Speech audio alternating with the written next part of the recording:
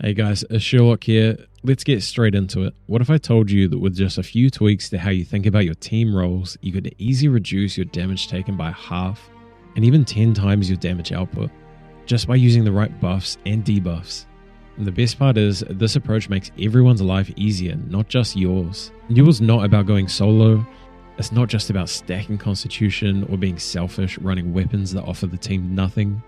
It's about synergy, making every single hit, buff and debuff count for the entire group. Maybe you've run dungeons with people who seem to think running at 3 fire staffs are okay. We've seen some terrible advice saying things like to run elemental aversion or 150 con minimum is required. But if you've been there, you know it just doesn't hold up. With this mindset, you'll struggle to get through. And it's not necessarily because you're bad at the game. It's because the game just doesn't teach you these fundamentals of effective team play. Today, we're diving into the 4 core mechanics that can make or break your runs: Rend, Fortify, Weaken, and Empower. We'll start by breaking down these effects, showing exactly how they impact survival, DPS, and overall team efficiency. But we're not stopping there. Then we'll wrap up by going over some armor perks and some key consumables and trophies to make sure you're fully geared up for success. And this isn't just a checklist. We're going to look at how each element works together, giving you a complete strategy to keep your team alive and maximize your damage. So stick with me until the end, and I'll show you how a few small adjustments can completely transform your game. This is a guide for players who are ready to think strategically, stop being selfish, and really elevate their game. By the end, you'll not only know how to survive, but you'll know how to thrive and carry any team to success. You're going to be the kind of player that everybody wants in their group. We're going to kick things off with Rend. If there's one debuff that you need to know about in PvE, it is Rend. And here's why. When you apply Rend, you are lowering the enemy's armor, making every hit from your team hit harder. It's not just about your damage. It's about amplifying the entire group's output. Think of it this way. Rend is essentially a team-wide DPS boost. Caps out at 70% for most enemies, but bosses and mutations and raids can reach an effective cap of 140% due to their debuff resistance. And this does change with different patches, so keep an eye on them changing these values. When your team hits that cap, the boss's defenses melt away, letting everyone deal more damage. So how do we make sure we're maxing out our Rend? Different weapons bring different amount of Rend to the table. The Void Gauntlet has Disintegrate, which can stack up to 30%. You can stack this with either Void Blade or Diminishing Orb. Spear's Perforate stacks up to 30%, arguably one of the easiest in the game to use. And at the moment, there's actually an interaction here where if you can either take 1 point in Perforate or 3 points in Perforate, and there's 2 different Rend stack. So with 2 spears, you can stack up to 45% Rend. The Warhammer is a Rend machine, with Armor Breaker applying a 30% Rend, Sundering Clear Out adding another 25%, and if you want, you can add Sundering Shockwave onto your armor for another 11%. It does just make sense to have a Warhammer on the team. So in raids and group content, you'll want a wider array of these Rends, like the Hatchet, the Sword and Shield, and even the Greatsword can add some extra Rend on there. We do have a table on New World builds that has all of these different debuffs and buffs on there, with the main weapons and what you can apply with them. So the biggest mistake that I do see is players either forgetting about Rend entirely or just leaving it to chance. If no one's handling Rend, you're going to hit a wall. And as you can see from just the few weapons we spoke about, you can easily get almost 140% Rend cap. It's on everyone to make sure you're bringing a consistent source of Rend. Think about it, applying that 140% Rend cap isn't just a boost, it's a necessity. Imagine this, as a team maxed out Rend is effectively doubling everybody's damage potential. If your DPS usually takes down a boss in, let's say, 3 minutes, a team with high Rend uptime could do it in under 2. This means fewer resources spent, less strain on the healers, and a smoother run overall.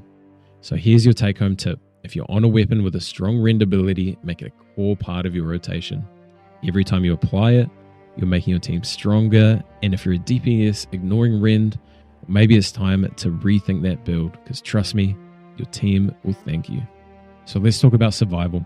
Fortify is a crucial buff that many players overlook, especially if they're used to relying on raw constitution or heavy armor. But here's the thing, Fortify scales with your armor rating. So when you stack it, you're boosting your physical and your elemental armor by percentage. This means less incoming damage, which frees up your healer and keeps the group steady. Fortify's impact does vary on your armor rating, so in heavy armor, a high Fortify boost can make you almost unkillable. In light armor, it is less effective, but it does still make a noticeable difference. The key is understanding that Fortify isn't just about tanking, it's about everyone reducing the damage they take. So let's say you're playing Spear, you can take the weapon perk of Fortifying Perforate. This will allow you to stay aggressive while adding layers of protection. If you're tanking, the Sword and Shield is great. You have Defender's Resolve, which at a base level will give you an extra 30% base damage reduction, and if you're using a Tower Shield, it will give you another 20% base damage reduction on top of that. If you're using the Greatsword for tanking, Defiant Stance will give you a 15% damage reduction. And if you're healing, you can help protect your team by giving them a 20% Fortify with Orb of Protection. This here is an AoE ability and is on a really low cooldown, so it's a really easy way to help reduce the damage that your team is taking. If you're a tank, think of Fortify as your foundation. It's a thing that lets you take those heavy hits without draining your healer's resource. For DPS, a Fortify can be the difference between staying in the melee range or having to back out. And by keeping that Fortify up, you're minimizing damage across the board, allowing everybody to stay in the fight longer and push through those tougher phases. Because here's the thing, a Fortify isn't just about you, it's about your team's success. When your tank is fortified, they're taking less damage. This means your healer has more freedom to keep everyone else topped off. And your DPS are fortified, they can stay close, deal more damage, and help take down those enemies faster.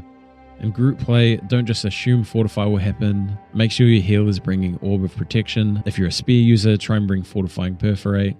And if you're a healer and you're finding that your team is dying a lot, maybe look at bringing a Flail, as this has some group-wide Fortify that can help keep your team alive.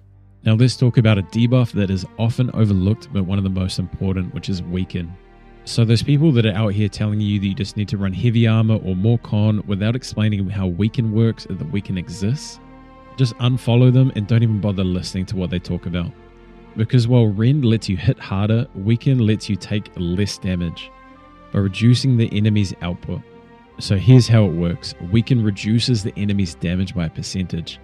The soft cap is 50%, but some bosses, especially in mutations, have debuff resistance, which means you might need upwards of 150%. This number does change in different patches, so just keep an eye on their debuff resistances. When your team hits the limit though, it's like cutting the enemy's damage in half, which is game changing for high level content. If you match this with the proper gem protection, which we have a video on, you can have so much more survival at 50 to 100 con light than someone else in 300 con heavy could have without these debuffs. The Spear applies a crazy amount of Weaken with the weapon ability Enfeebling Skewer. Matched with the Weaken from Perforate, you can get almost 80% Weaken from this one weapon.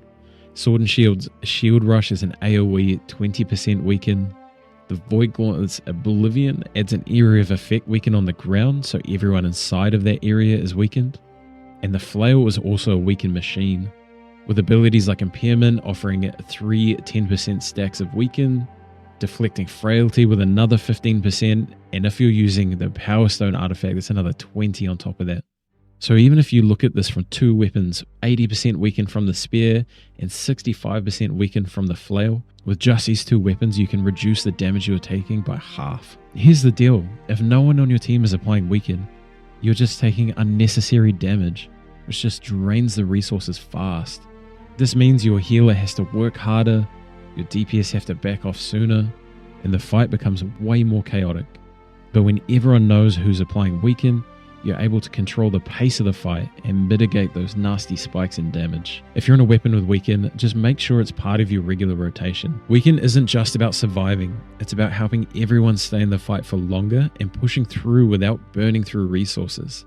When you understand how to use Weaken, you're not just playing for yourself, you're actively setting your whole team up for success. We're going to switch gears here now, and we're looking at amplifying your damage with Empower. Or Rend and Weaken help us reduce the enemy's defenses and their damage output. Empower makes our attacks hit harder. Here's the breakdown. Empower increases your damage by a percentage. It has a soft cap of 50%. However, just like Weaken, this cap can shift depending on certain factors, such as if you're weakened yourself, hitting that 50% Empower threshold can make a significant difference in taking down those tougher enemies. Some of the best sources for Empower are the Void Gauntlet's Oblivion, which gives you a 15% Empower to everyone within the purple circle on the floor there. Sword and Shield's Leadership is a passive 10% Empower to everybody in your group, making it ideal for consistent boost throughout the fight. Flail's Leader of the Pack gives a 10% passive empower, and Vortex giving another 10% to those who are hit. And then different weapons have ways to empower themselves. So the Spear's Skewer, if you crit, will give you a 20% empower.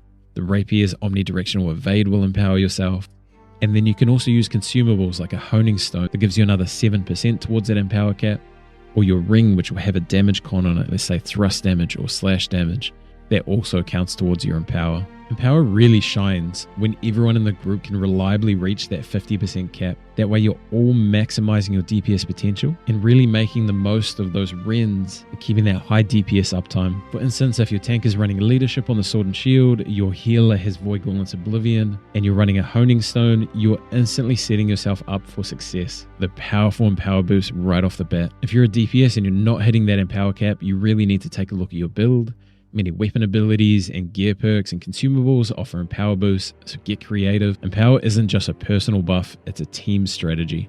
So when everyone understands how to stack and maintain their empowers, your group's overall DPS skyrockets. And in a game like New World, where in-game content can drag out long fights, having this buff cap for everybody is a total game changer. So we have reduced the enemy's armor by 50%. We've increased our own damage by another 50%, while reducing the damage we are taking by at least half. And there's still some more things that we can do here to increase this. With consumables, we have ward pots, which give you an extra protection against specific enemy types. These help you mitigate the incoming damage in tougher encounters, and they're a must-have for any PvE situation where you know the mob types you're up against. For an example, in the Gorgon's Hive raid, you would use an Angry Earth ward pot, which would reduce the damage you're taking by almost every single mob in the raid by 10%, while the inverse of that is Coatings, which provide a similar benefit but focus on increasing your damage output against specific enemy types. So Coatings will increase your damage by another 15%. So just with these two cheap consumables, you're reducing the damage you're taking by a base 10%, and you're also increasing your damage output by 15%. Honing Stones are a great boost to your empower, which we spoke about already, and ensuring that you're taking the best attribute food that you can afford is also important, allowing you to hit those important breakpoints for your build. There's a couple more things we can still do here to increase your damage. There's a housing system in New World where you can own 3 houses. And within these houses, you can put what are called combat trophies. Now, there's 3 tiers to this: a basic, minor, and major, giving you 3%, 4%, and 5% extra damage against these different mob types. Now, because you have your 3 houses, you can put one of these in each of your house, increasing your damage between 9 and 15% depending on the tier that you have. I would recommend going for the blue ones in the middle there. They're super affordable and will give you another 12% damage increase against those mob types. To add into your protection for yourself, we spoke about Elemental Aversion briefly earlier. You need to be running Enchanted Ward. Now, this is going to give you the widest range of protection against every attack within the game. So Enchanted Ward will protect you against anything that is coded a light or heavy attack, and quite often there's actually a lot of magic attacks and ranged attacks that are also coded as light or heavy. So Enchanted Ward will still protect you. So let's say Enchanted Ward will protect you against 80 to 90% of all attacks within PvE, whereas Elemental Aversion might protect you against 10 to 20%, and sometimes there is a slight overlap there. Some attacks are actually coded as a light magic ranged attack, but Enchanted Ward will still protect you in that situation. A big piece of gear you want to work towards is your protection amulets. We speak about this briefly in our gem guide, but these here will give you a huge protection against specific types. So over time, you want to build up all of your melee and your elemental protections. But the first 2 I would recommend getting is Slash and Strike, as these will be used the most in the raid in different areas of content. For your weapons, you really want to make sure you have something what we call a damage con. So this here is your Enchanted, your Vicious, your Rogue, and your Disdain Infliction. Usually a great option if you're not doing your build around an artifact, is you want a key weapon perk for your build and a damage con. Those are the 2 first things you want to be working towards on your weapon. So say for a spear, you want to have Enfeebling Skewer that will apply our weaken, and then you want to have a Rogue, which will boost the damage when you attack them in the back.